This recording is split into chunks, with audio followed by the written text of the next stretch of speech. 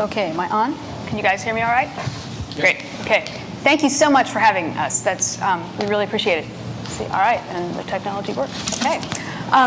First of all, before I start, let me ask a little bit about you all. How many of you know absolutely nothing about solar energy, or just, okay. How many of you know a little bit and are interested potentially in solar energy for your home? Okay, fair number. How many of you know a fair amount about it, pretty extensive, and want to ask, want to quiz me pretty extensively? All right, okay, great. Excellent. Okay, so a pretty good range. That'll help me in terms of how much I spend time on different things. This is what we're going to go over, and feel free to ask me questions. There'll be time both at the end and during my presentation. We're going to cover kind of the basics of solar energy. We're going to focus on photovoltaics, basically solar electricity for your home today. I'll touch on some of the other technologies, the process for installing a system on your home. And in that context, questions to ask and things to look for when you're thinking about solar energy. We're going to go over some examples focusing on the economics of solar. And then we're going to go over some interesting solar energy myths, or some things that people think about that may or may not be true. And then, of course, we'll have time for questions and answers. There are two basic types of solar energy. There's a lot of talk in the marketplace about solar technologies, and it's really a fascinating area for research and development today, which was one of the reasons what makes it so interesting. And just to give you a little bit of background about myself, I actually learned about solar energy in high school when I was on the debate team, which is kind of an embarrassing secret. But in order for me to start a company, though, I did, as Joe mentioned, I published 2 white papers. I did an extensive amount of research. And before I bought our fairly large solar energy system for our home, we have a 16 kilowatt system at my home. And that's because our house is kind of large, and it was built before anybody thought about the idea of energy conservation or building a home with the idea of energy efficiency, as you can tell.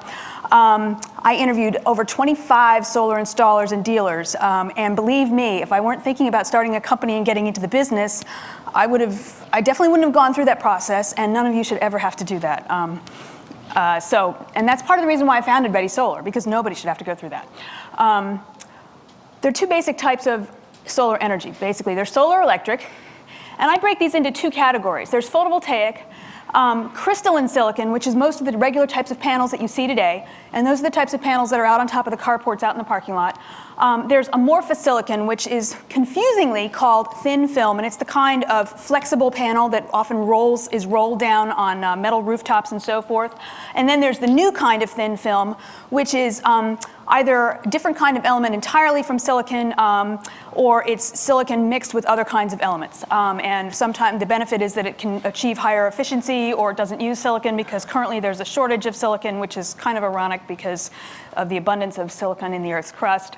But anyway, there are a variety of technologies, many startups, which I'm sure you've heard of, that are working on some of these thin film technologies, which use a much smaller amount of substrate to create electricity.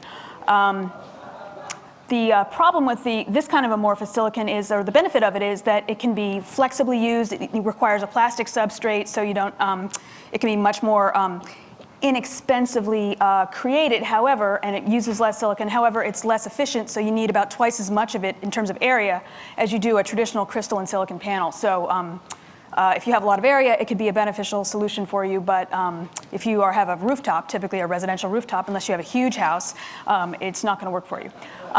Concentrating solar is, it actually uses photovoltaic cells in a much smaller quantity, and they actually use parabolic troughs to concentrate the solar rays to generate the electricity. I'm not going to talk about this at all today. There's also a lot of interesting startups in this area.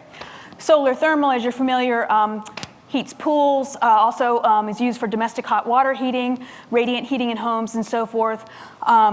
Solar thermal today for pool heating and domestic hot water can do wonders for your home.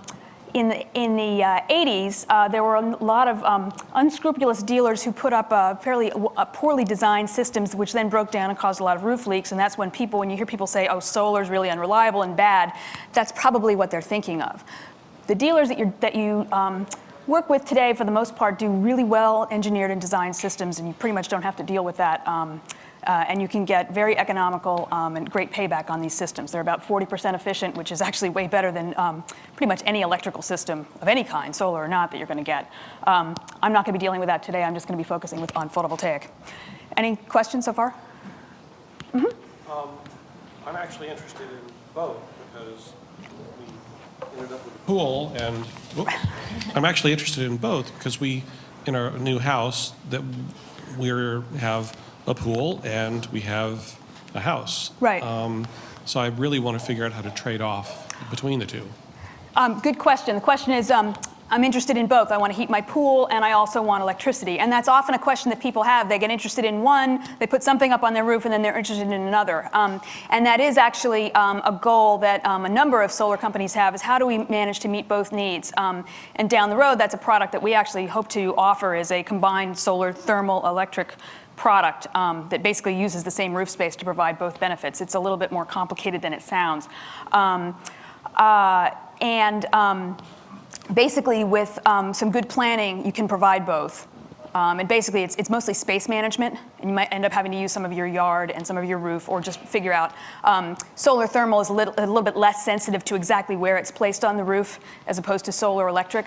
And if you find a good provider or two good providers, or somebody who does both, they can give you a good installation that'll meet both your needs. And also, pool pumps actually use up a ton of electricity. We have a pool, which is one reason why we have such a ridiculous solar array. And that's something to think about. Some of the biggest drivers of solar electricity demand are pools, air conditioning, and teenagers. So just on the electricity side alone. I'm not going to spend a ton of time. This is your typical venture capitalist kind of slide, but solar in the US is growing hugely. Part of it is because it's growing off of a tiny, tiny base, but there is a lot of demand, both because of people's growing environmental concerns and the fact that the cost of electricity is skyrocketing, mostly because we're cluing in, like the rest of the world, that the cost of energy is expensive. But there's been a ton of investment in solar technology because of all these things, and we're seeing a lot of growth. How solar energy works. Basically, you have solar panels on a roof, or they can be mounted on the ground in your yard, on a roof, on a ground mount rather. The solar panels, the silicon actually, when they're arranged properly in two different layers, they create a semiconductor which produce direct current, which is then converted to alternating current by the inverter, which is typically mounted on the side of your house, somewhere, doesn't have to be, but somewhere near your electric meter. Grid-tied systems, which is typically, that's what you get rebates for and so forth. There are public policy reasons for that. We're trying to offload the load on the grid, basically, with distributed power.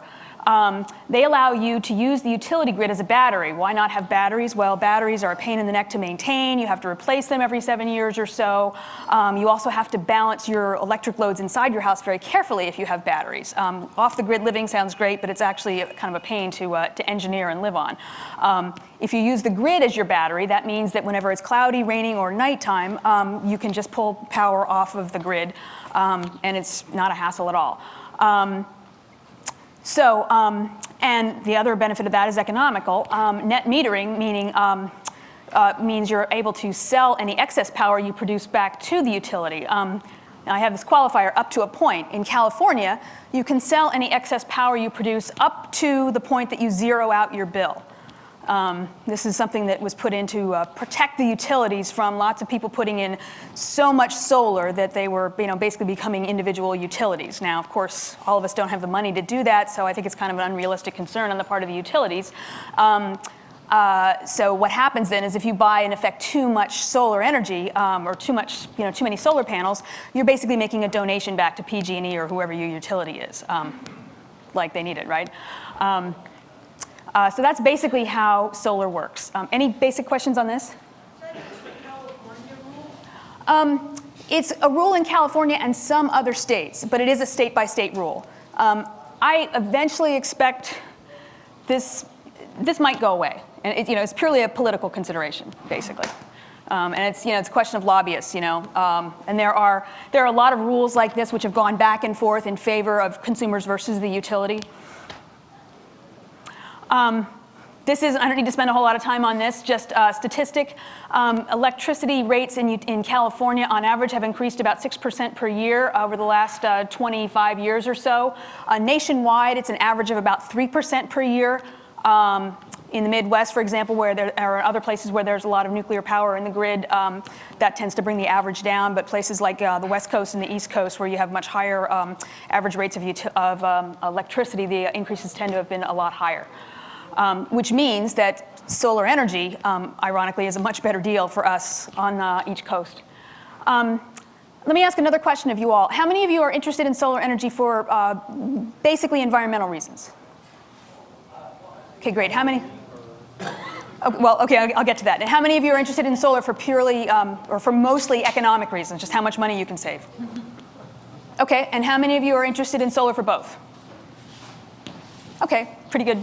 And of course, a lot of us, it's both, right? Or some mix of the two. Obviously, for you as an individual, it does lock in lower electricity rates over the next 30, actually even 40 years potentially. And it's a very low maintenance cost. You basically have to hose off your panels. You might have to replace your inverter after about 10 or 15 years. For the individual in the community, obviously, it's a renewable resource. It's clean. It doesn't produce smog or noise. It does strengthen our electrical grid. When you have distributed power, meaning power produced at your location, that means it doesn't produce the need to increase our electrical grid or capacity on the grid and so forth, distribution costs. And in fact, in one of the papers that I wrote, one of the biggest social benefits in terms of cost benefits to the taxpayers was the lack of need to increase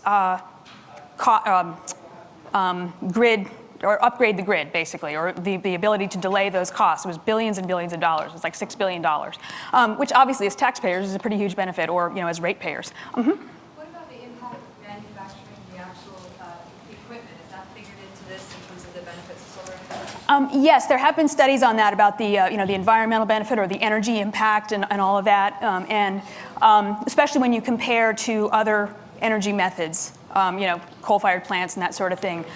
Solar power, I don't recall the exact statistics, but the energy payback is very positive. You pay back on solar panels very quickly in terms of the energy put in to produce them versus the energy that they put out. So good question, though. And obviously, it increases our energy independence. No matter where you are on this whole, Iraq question, the more energy we produce within our country, obviously, the less reason we have to do stuff overseas. Quick thing on market research and trends. The research that we've done for both installers and builders as well as homeowners is that we're kind of in the Model T stage of solar in terms of, or it's like probably a better analogy is it's like the PC industry in the 80s where, you kind of have to cobble together parts to get a working system. And more people are saying, hey, I want it to be like an appliance. I want it to be like a refrigerator or a hot tub that I can plug in. I want a standard thing. I want it to look nice on my house. And I don't want it to be, some sort of mystery kit that I hope somebody can put together competently on my house. And that's where, where all sorts of systems, home systems, electronics and so forth have gone, and solar energy systems are going in the exact same direction. That's all the market research that we've proprietarily researched, and we've seen it corroborated in other third-party research as well. So steps for installing solar today. It's still a multi-step process, but we're working, and other companies are working to shrink those down and make them more user-friendly. First, determine if you're a good candidate for solar. Some of these are, you really need to have a residential electric bill, and that's just electric, not electric and gas combined, of $75 a month or more. The higher that is, obviously, the better candidate you are for solar. It should be you should have an unshaded roof area or area in your yard if you're considering a ground mount for at least 4 hours a day. The less shade you have, the better. How do you determine that? Well, you can just observe your yard if you have time. It helps to look at it over the whole year. Well, that takes a long time. One of the ways you can do it is you can have somebody come out with one of these devices. This is a solar pathfinder, and if any of you are interested at lunchtime, I can show you how one of these things works. It's incredibly simple, but it shows you the shading over the entire year. So you don't have to, do a solar study over a whole year. You can just pretty much determine it in about a minute, which is great because looks can be deceiving. What looks like is unshaded now could be completely shaded during the middle of the summer when you actually would have most of your solar production, and that's very important to know. But basically, as long as you have a minimum of 4 hours a day, you can do it with solar. You want to have a roof that's facing south or southwest. Next best is west or southeast. A slanted roof is better than a flat roof, although there are commercial rooftops that have flat roofs all the time. A lot of these things, if you don't have these ideal situations, you'll just get a lower rebate, which means your payback time will be longer, but it doesn't mean that you're just completely out of the ballpark for solar. Completely out of the ballpark for solar would mean trees completely on top of your house. And really it comes down to your own personal considerations. If you are completely committed to having solar, you may get a lower rebate, or you may need a smaller system just because your house conditions aren't great, but you could still make it work. And I would ask a lot of tough questions to an installer who is saying that you can install a huge system if it just doesn't look like it's going to make sense. Also, if you have partial shade in some area, it's worth it to go with a smaller array that avoids the shade than go for a bigger array, because the shade will actually detract from the overall performance of the parts of the array that are even in the sunlight. Then consider your budget. That's probably the two things that are really the biggest considerations of how much solar you should buy really are your own budget and the amount of roof space you have. A lot of companies, the first step they'll ask you to do is say, get out 12 months of your electric bill and we'll calculate all this stuff. Well, before you even do that, think about how much money do I want to spend and how big is my roof or my yard space if you want to put it on the ground. Because even if your electric bill is $1,000 a month, if you only have a tiny roof, or if you're only willing to spend $10,000, that's the end of the discussion right there. And then after you have answered those two questions, then you do need to think about how much electricity do I use, and then what is your rate structure? And do you have the infamous pantyhose chart? We call this our pantyhose chart, or our fruit of the loom underwear chart, because when I was doing my research on solar, the question I would ask, the question that everybody asks is, well, how much solar do I need? And nobody would answer this question. It was, and we have long discussed how, when you buy underwear, right, or, just like whatever, at Target or whatever, there's those charts that have, like my height is this and my weight is this, right? And then you look in the middle and there's like, your size A, B, C, D, right? It should be just like that. And it's not quite that simple, but we've developed a pretty, well, okay, it doesn't look simple at all, I know, but it's, we're working on it, but it's a lot simpler in that once you go through these steps, you can figure out, okay, when I figure out how much electricity I want to eliminate, then I can determine, okay, this is how many kilowatts roughly I need. And based on that, then you can, and it has to do with what your rate structure is from your local utility. Now let me ask another question here. How many people are PG&E customers? Okay, how many are Palo Alto utility customers? Okay, how many somebody else, like Santa Clara? Okay, all right, so mostly, Palo Alto is a flat rate utility. PG&E, as we all know, has the tiered utility rates. With PG&E, what you want to do is cut off those top tiers. The more expensive, the more you use, the more expensive it gets. With Palo Alto, since it's flat, it really, it doesn't, it's pretty much determined by your budget and how much you want to eliminate it with solar. But the idea here is, what we've done is we've identified, okay, if you want to eliminate this many kilowatt hours per month of usage, this is how many kilowatts of solar you want. And this is available to look at, and we've got some handouts here for later. But basically, once you've decided that, and that's really up to you, and we'll find a lot of installers will want to push a lot of solar on you, but it's really not necessarily in your interest, because as I said before, if you buy too much solar, you're making a donation to the utility, which, while it's contributing more solar to the environment, reducing CO2 and so forth, which is a good thing, if you're going to make a charitable donation, you might want to make that to a different organization environmentally. I mean, that's totally up to you. Some people do decide to do that. Choose your solar vendor and arrange for financing if you want, and we'll talk about that. Elizabeth will talk about that in a moment. And then you go through, you have people come out and make site visits, and you get contracts and so forth. Then you have your installation, which typically doesn't take very long, maybe like a week, maybe 2 if it's a huge system. Then you're into solar energy production. And an important note, you do not need to cover your whole bill to make a positive benefit for you economically at all. In fact, if you're a PG&E customer, just knocking off that top tier of usage could be a very small percentage of your actual kilowatt hours, but it could make a big impact on your bill. And obviously, if everybody does a little bit from an environmental standpoint, it's like recycling. If everybody recycles a little, it has a big impact. And then submitting the paperwork to get the rebate. Your installer should help you a lot with that. And it's, it's like taxes. It's a pain in the neck, but everybody has to do it kind of thing. But your installer should help with that. I've talked about a lot of this already. Size of the system, I think I've covered this. If you want to basically eliminate your top tiers if you're in a tiered pricing situation. Cost of a system, typically for residential systems, range from about 10 kilowatts to 50 kilowatt, $10,000 to $50,000 or up, depending on the size of your home. Aesthetics, okay. Let's see if I can do this. No, damn. Oh, right. Sorry. Okay. There you go. I'm kind of a PowerPoint troglodyte here. Elizabeth is training me how to do these things. Okay. This is one of the few plugs I'll make for Ready Solar. But a lot of people totally buy into the idea of solar economically, solar environmentally, but either they, their spouse, their neighbors or whatever just completely hate the looks. And this is what a traditional solar system looks like. And it's it's an economically rational issue because that if your home is your largest asset, which for some people it is, you don't want to detract from its curb appeal. So you might want something that's more aesthetically appealing. You can do something like these are Ready Solar systems, or you can do solar integrated tiles, which are flat. They're built into the roof. That makes more sense if you're replacing your whole roof or you're looking at new construction, which obviously it's built flat into the roof. So you have a much more attractive look of the system, and which is a big issue for people. So something to consider.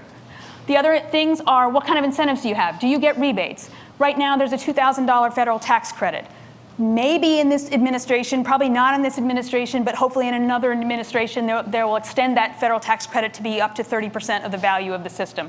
And also, does your utility offer net metering? Palo Alto and PG&E do. Then also return on investment. Those are your own criteria. How important is that to you? At what time scale do you want to earn your money back, and so forth? How else can you invest your money? Are you considering that at all? And then what environmental goals? Some people care a lot about that and want to do solar no matter what. Some people don't care at all. Yeah, I swear I don't have an unauthorized copy of Vista, but okay. I think I've covered this as well, but basically what solar enables you to do is, if this is your typical tiered electric bill with PG&E or another similar utility, you have a high marginal electric bill before solar. And then once you put in your PV, basically what that does is that lops off the top tiers, even if you're not covering your whole bill, because covering your whole bill, you're actually going to be paying for electricity that costs less because the investor-owned utilities are required to offer that electricity at actually below market rates. But what it does is it whacks off that electricity, which is really high and expensive, and that's where they're going to be increasing their rates over the next several years. So your electric bill, even though your usage, your actual kilowatt hours might not be that high in that area, it's the dollar value is very high. So that's just a graphic representation of what I was talking about before. So now we're going to go through some examples, and I will hand it over to Elizabeth, who's going to talk. Does this thing work? This is forward, and that's back. And so that will just go through the build. Okay, great. All right. So I'm going to go through some examples to give you an idea of what the economics are associated with installing a solar energy system.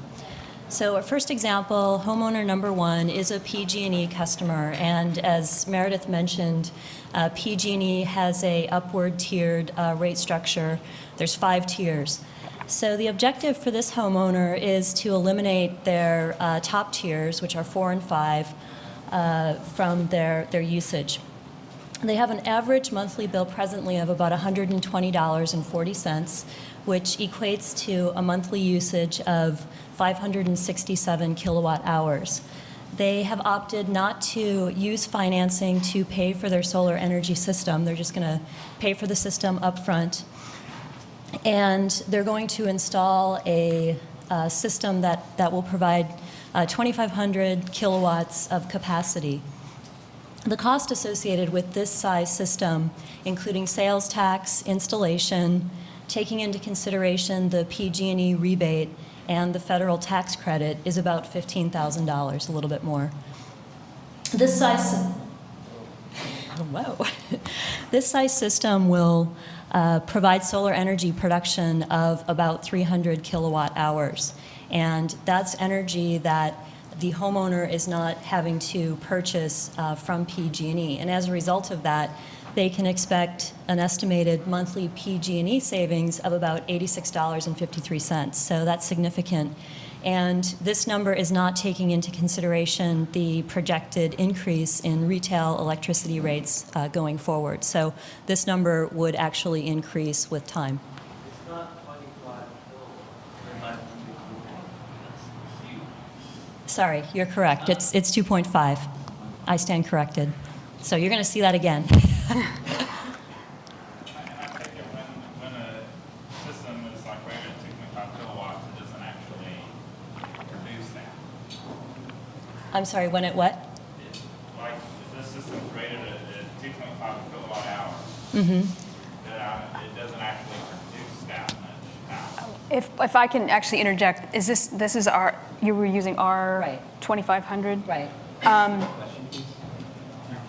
Oh, the question was, when it's rated at, actually I've got my thing, so I'm okay. The question was, when it's rated at 2.5 kilowatts, it doesn't actually produce that much. This is an area of significant confusion with solar because there are DC watts and AC watts. DC watts being the direct current, AC being the alternating current that we're all familiar with. The reason why you'll often see things rated in DC watts is because they're a smaller unit, or so if you divide things by that, the price looks lower. AC watts obviously are more what we can relate to in terms of our own electricity bills. In this case, when you were calculating the kilowatt hours, you used AC watts, right? So the short answer to your question is yes. You always need to ask that question: is this AC or DC? And typically, in order to get your rebate, you have the installer needs to convert everything to AC. And there's actually the California Energy Commission, which regulates all this. They actually created a separate rating system because solar panel manufacturers were, when they would say, okay, this is for example, a 200 watt panel.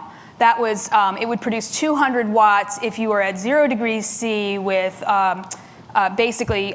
with lighting conditions producing 1,000 watts per meter squared, basically perfect conditions, which would never happen in your yard, And so what the California Energy Commission did is they actually set up separate testing conditions in which they now subject all the solar panels to, which are sold in California. So anything that you buy has to be, in order for you to qualify for a rebate, has to be listed on the CEC website. And they have, for example, if it says, for example, the panels that we sell are, they're listed as 180 watt panels DC, but when their actual AC watt rating is 159. And that's based on real world temperatures and et cetera, and real world lighting conditions. And so what we've done is when we look at what output they're likely to produce, we use the CEC numbers. And then they also have to account for what inverter you're using, because the inverters also have a little bit of efficiency loss. They're anywhere from 90 to 96% efficient typically. And so you have to multiply that lower panel rating times whatever the percentage of the inverter is, and that gives you your watts. And then that's what your rebate is based on, plus a whole bunch of other factors. Is your roof south facing and all this other stuff. So anyway, when Elizabeth was calculating the rebate in the net cost, that's all included in there. Does that kind of answer your question, or does that leave you more confused? So is that 2.5 AC or DC? Sorry? Is that 2.5 AC or DC? That's DC. That's DC, and it's about I believe, and it's about 2. I have to pull out our price list and look. It's about 2.2 kilowatts DC. You divide 300 kilowatt hours by like 720 hours in a month, and you have a number close to that. Right. I mean, you get like 416 watt hours if you do the math. I'm sorry, what? This is, generally there's a peak hour, number of peak hours a day, which is like 5.4 or something. That's Right. what you divide this by. So this comes to like whatever, 10 divided by 5.4 is the number. Typically, the calculation would be you take the number of kilowatts times 5 or 5.5 or 5.4 or whatever. Typically, in this area, it's typically about between 5 and 5.5, and then times 365 days, because 5.5 is an average for the year. You'll get many more in the summer and much less in the winter.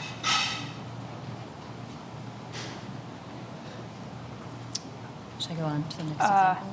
So does that? So are you questioning the 300? Well, it makes sense now.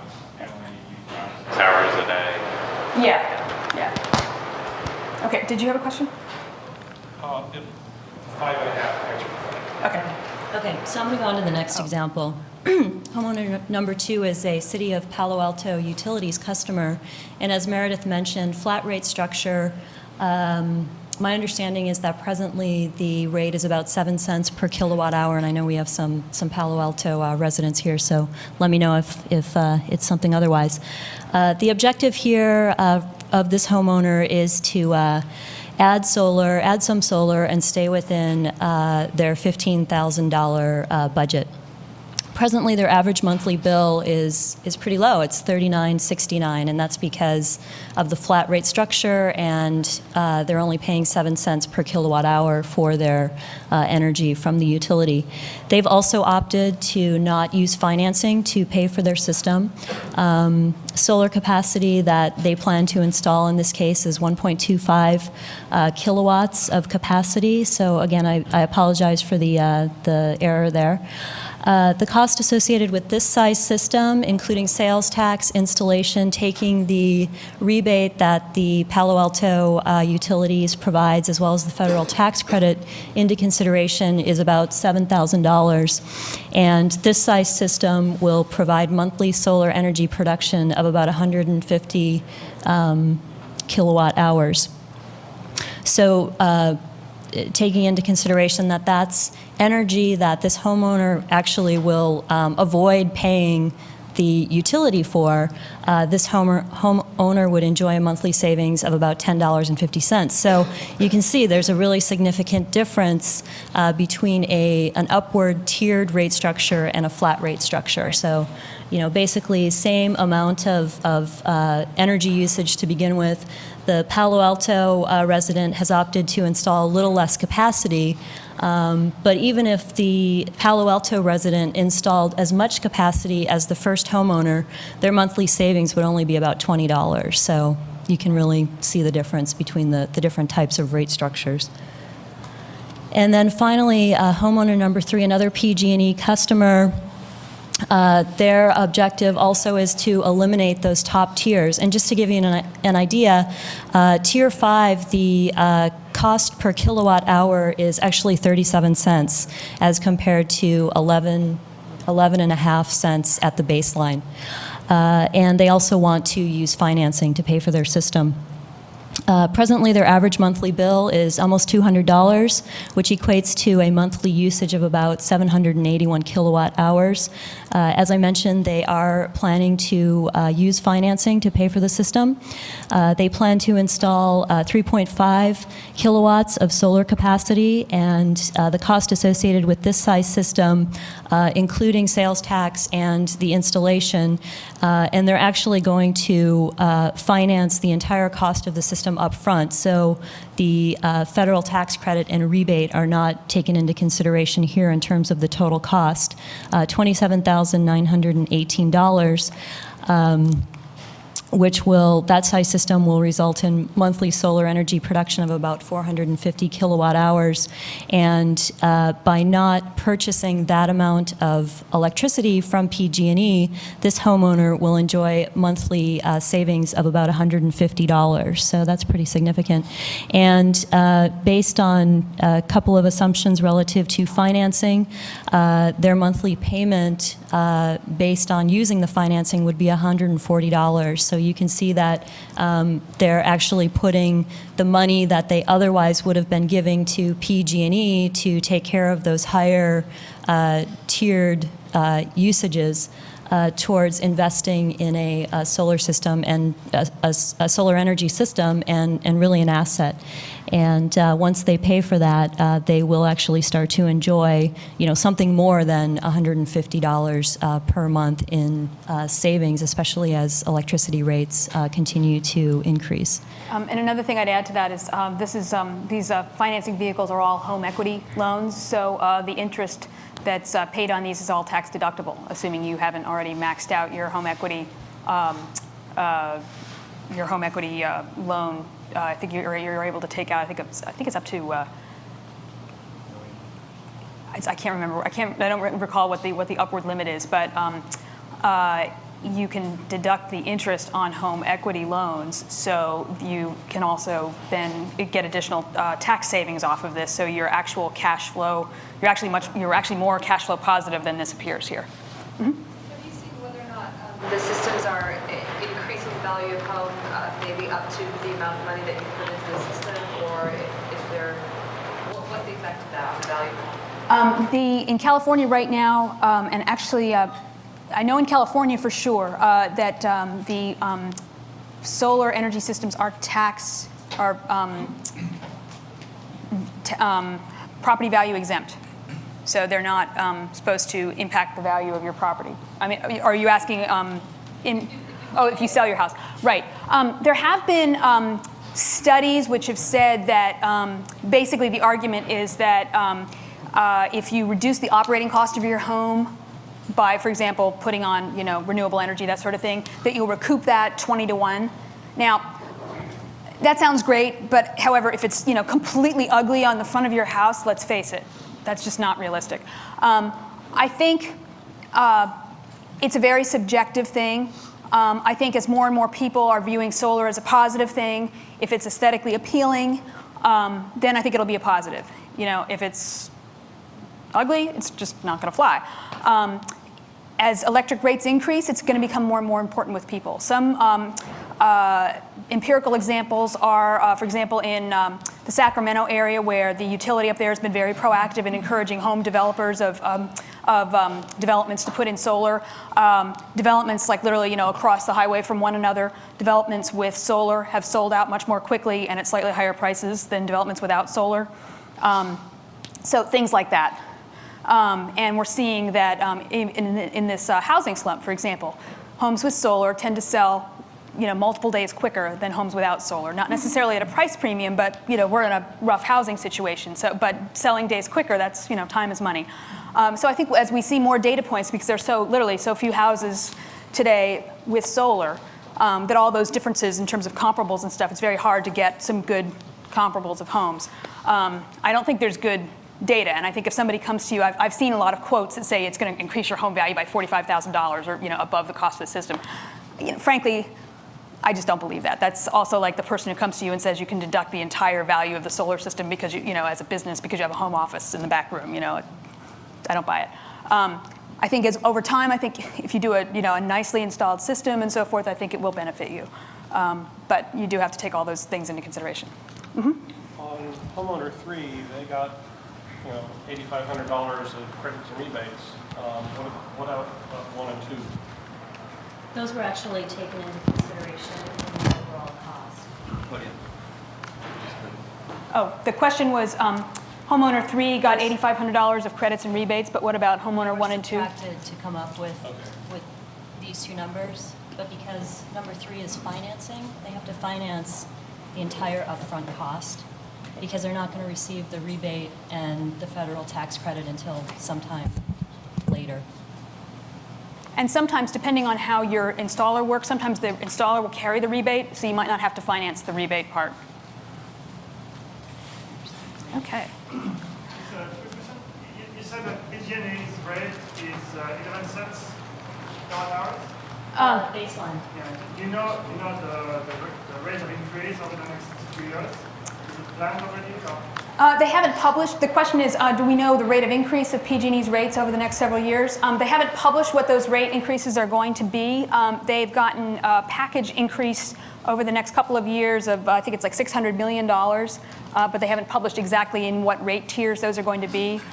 The warning has been that it's going to hit large residential customers the heaviest, because commercial customers have complained heavily that they're all going to move out of state and that they've already been hit heavily. They are legislatively prohibited from impacting the smaller rates. Also, what they've done in some cases is the baseline rate, the cheap rate, stays the same, but the number of kilowatt hours that you can use in that rate before you get bumped up to the higher rate shrinks. So it's still 11.5 cents, but you only can use 100 kilowatt hours before you get bumped up. So there's lots of different ways the prices can change. If you're ever curious or you have insomnia, you can go to the PG&E website, and if you search under tariff, electric tariff, you can actually find the rate schedule and see exactly, read all about it and see how electricity is priced. It's kind of like airline price schedules. But it's pretty arcane, but it's also, as you can see, pretty complicated, and there's lots of different ways to extract money from selling electricity. So anyway, electricity is projected to increase, and they typically publicize these things. They're regulatorily required to publish the rate increases several months in advance, and then there's a public comment period and so forth. But usually once that's done, it's pretty much a done deal. Okay, some solar energy myths. Solar's not cost effective. Well, it is if you size your system correctly. And I think we've covered that. It depends on which utility you're at and what your objectives are. It definitely can save you money.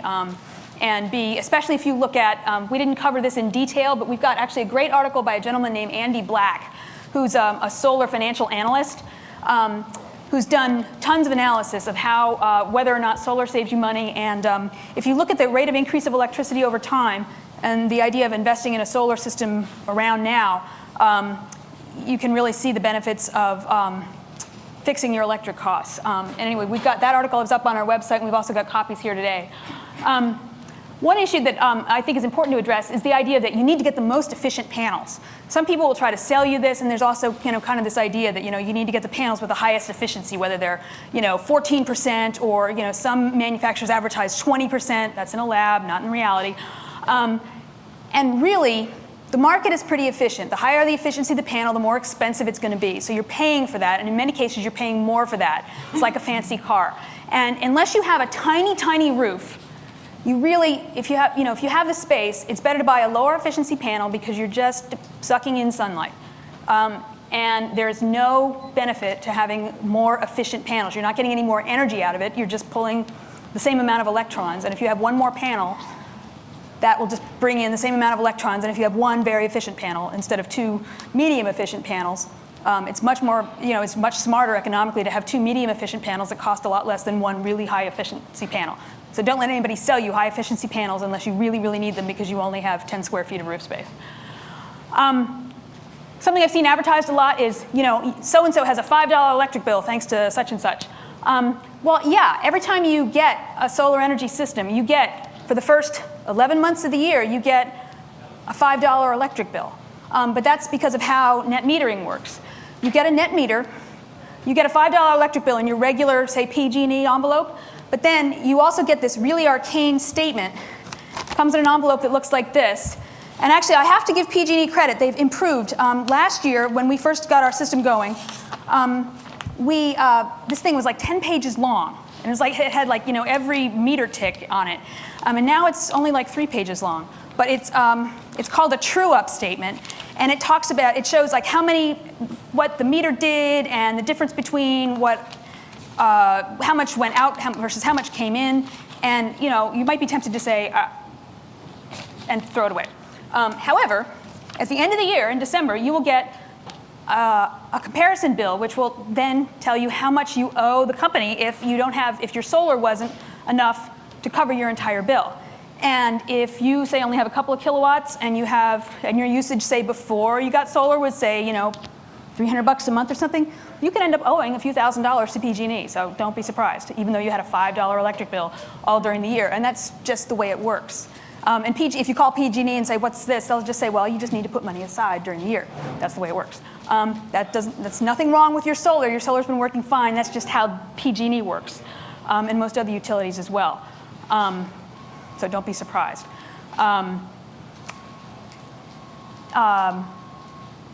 It's best to wait for the new technologies. This is another with all the press about thin film and all the startups around here and everything, there are a lot of people who, think just like, new computers coming out every 6 months and stuff like that, why not wait for the new ones? Well, the reality is a lot of these are 5 to 10 years away. And in fact, a lot of the thin film companies who, even were saying we're a month away from production, first of all, a lot of these are aimed at commercial markets and not residential markets. And secondly, a lot of the ones who thought they were a month away from production, that was a year ago. And they're still not in production, because a lot of this stuff is really, pretty different from what's being done now. So if you are looking at getting a return on your own investment, it's probably wise to go ahead and do something now. Unless you're just interested in studying the technology and, you didn't buy a microwave until 1990. They really are farther out than it sounds. Covered this. You don't need to cover your whole electric bill to make it worthwhile. Even a couple of, 1 or 2 kilowatts. If it fits your needs, that's what you should do. Also covered this. You don't need perfect conditions. Your roof doesn't need to be in full sun all day, perfectly south-facing, et cetera. You might get a lower rebate, but again, that'll just affect some of your economic payback. If you really want to go solar, you can. And then, PV is hopelessly ugly. Chances are you wouldn't be in this audience if you thought that. So, that's also, there are different options out there to make PV look better. So, any other questions, beliefs, or whatever that I should cover? How does the efficiency degrade over time of the cells? I'm sorry? How do the cells degrade over time, the efficiency? How do the cells degrade over time? The efficiency. Over the 30 to 40-year life of the cells, they are warranted, they're guaranteed by almost all manufacturers to retain 80% of their efficiency, which that sounds like a pretty big drop, but that's over 30 or 40 years. So it's a pretty slow degradation curve. And actually, interestingly enough, there are some studies that some of the national energy labs are doing, which indicate that curve actually happens like right when they come out of the box. So it drops like 15%, and then it's like. So, but interestingly enough, that research really hasn't been quantified yet. So, if that's true, that's kind of bad news when they come out of the box. But then that means it's pretty steady.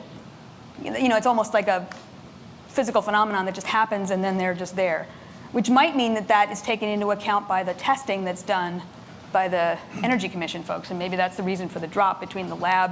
Between the, what the manufacturers claim and what we actually get. So there are different versions of those panels. The old ones are not as good as the new ones. And as you said, some companies say we'll have better ones tomorrow, and the tomorrow keeps moving.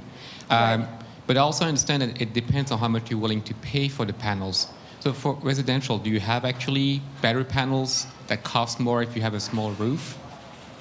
And then the question again that you kind of half answered is the ones who are promising better tomorrows. Are we talking a couple of percent? Or are we talking 10% more or something significant? Very good question. The question is, are there better panels if you have a small roof, and do they cost more? And then with the ones manufacturers who are promising something better, is it 2% or is it 10%? In answer to the first question, there are some panels that are higher efficiency if you do have a space-constrained situation. And a couple of brands that I'll mention are Sanyo panels. I think those are the highest efficiency panels on the market. The reason for that is they actually have a layer of amorphous silicon as well as crystalline silicon, both types of silicon in the same panel. And you pay more for that, as well as SunPower panels.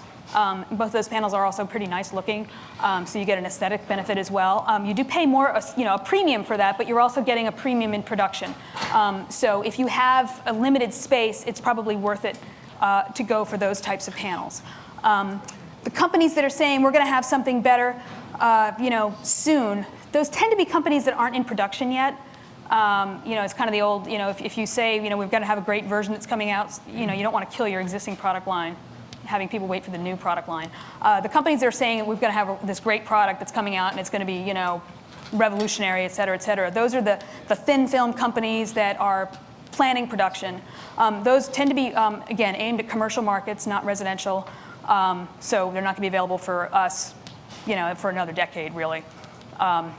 And the companies, the companies that are selling into residential markets now are making slow but steady manufacturing improvements, and those are really, learning curve kinds of things. They're not leaps forward in terms of new, major leaps forward in terms of technology. It's just we're getting smarter and better, more efficient on the factory floor, sorts of things. And you get the same benefits of, as we introduce a new model that might be a little bit better, that means the old models are cheaper. For example, the array that I bought, I got sharp 160s, which are actually derated 167s, but I got a much better price on them. And it was a ground mount in my yard, so I didn't need, I didn't have a space issue. So it was much more worthwhile for me to get 160s that were a little less efficient. I had space, so I put them in and I got a better price. So it just made a lot more sense. Uh-huh. So like my in-laws, they live in Texas and they live on a farm, so they got lots of land. They got south-facing rays. So they'd be a good candidate for solar, but in Texas, hailstorms all the time. So I was wondering just how resilient are these panels to like hailstorms and other natural disasters like in Texas and the... Great question. How resistant are solar panels to hailstorm? Because that's a very good question that people ask a lot. Solar panels sold in the United States have to conform to its UL 1703, which is an impact test. So they have to conform to, I think it's a half-inch ball bearing dropped from 5 feet or something. I don't know the exact parameters of the test, but they do have to conform to that, which is basically just designed to simulate fairly substantial hail. And there are, when you think about it, the largest solar market in the world is Germany right now, and Germany's latitude is about the same as the northern U.S. and parts of southern Alaska, which gets pretty severe weather. So they, and they sell tons and tons of solar panels there. So they, they are, and also Japan. There aren't a lot of houses people leaving their panels because of hail. Right. No.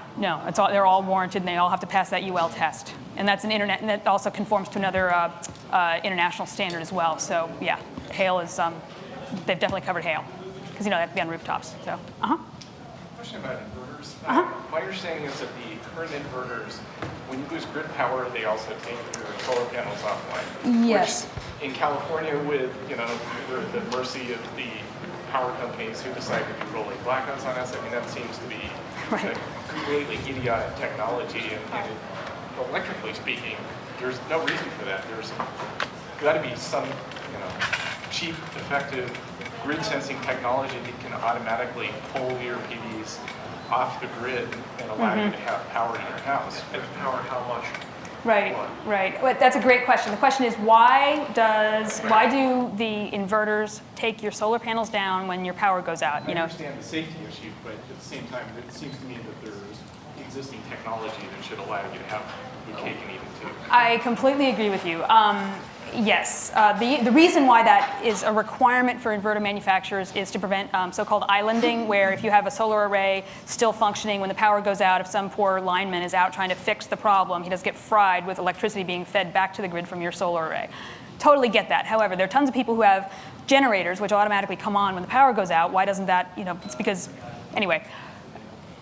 There are two answers. One, you can get a battery backup system, which they are expensive, but there are good ones on the market if that is a big issue for you to deal with that. Although you do have to size what's hooked up to the battery backup and all that. To your point.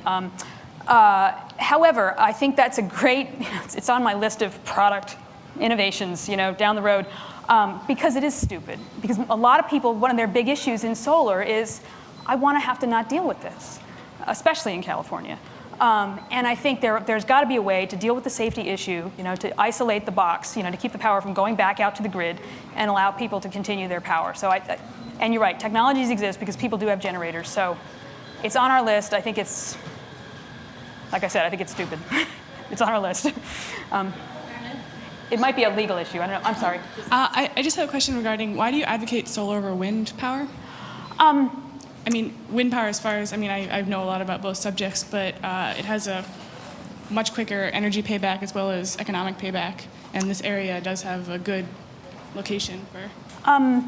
It has a greater payback depending on where you are. If you're in the Columbia River Gorge in Oregon, I think you're totally right. If you are in, Mountain View, it might not. Wind is much more location specific.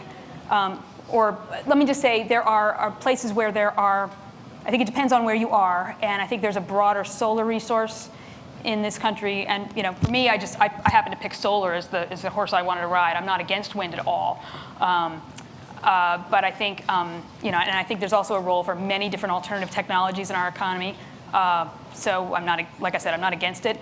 I think you do need to, in order for wind to be successful, you do need to make sure you've got a good wind resource. But I think that's also like one of the kind of myths, I guess, in terms of wind power, that it cannot be used in a lot of areas. It's actually not true. It can be. And I guess a lot of people, solar is a big buzz kind of thing now that people want to include, but Right. Well, I'm wondering why specifically you chose. Right. Well, from a startup's perspective, we wanted to focus. That's, for example, why we didn't focus on solar thermal. Even though they seem very similar, it's actually, it's a different technology from an implementation standpoint and so forth. It's different enough that we decided to just focus on residential photovoltaic. So, someday as we grow, we might very well include residential wind. And just for now, we're just sticking to our knitting here, but it's not due to any kind of philosophical opposition to it. And I know there are a number of companies that are focusing on very small residential turbines that require very low and can function with intermittent wind speed kind of situations, which is great. Because a lot of people do prefer that profile to solar, and it's up, which is great. Other questions? Well, an answer to your question about why does it go off when PG&E shuts down, you have to have a lot more hardware. You have to have a transfer switch, and typically, except at very rare times of the day, you can't power your whole house. So then you have to be able to shed load within your house automatically. Otherwise, the system, the inverter would trip. So it's a lot of wiring, and I think that It's expensive. yeah, you're going to pay probably much more for that than the inverter. Any other questions? Okay. Yes, I've been looking at your company's website. So it seems like you sell pre-made solar arrays. So what's the cost approximately of one of your module? I'm sorry, what's the customer? What's the cost of one of your module? They range from about $9,700 plus installation, which is about $1,000 on top of that, up to you can spend like $70,000 for a 10 kilowatt, big, humongous installation. So, well, thank you so much. Appreciate your attention, and I hope I've answered some questions. And it's really a pleasure to be here. Thank you.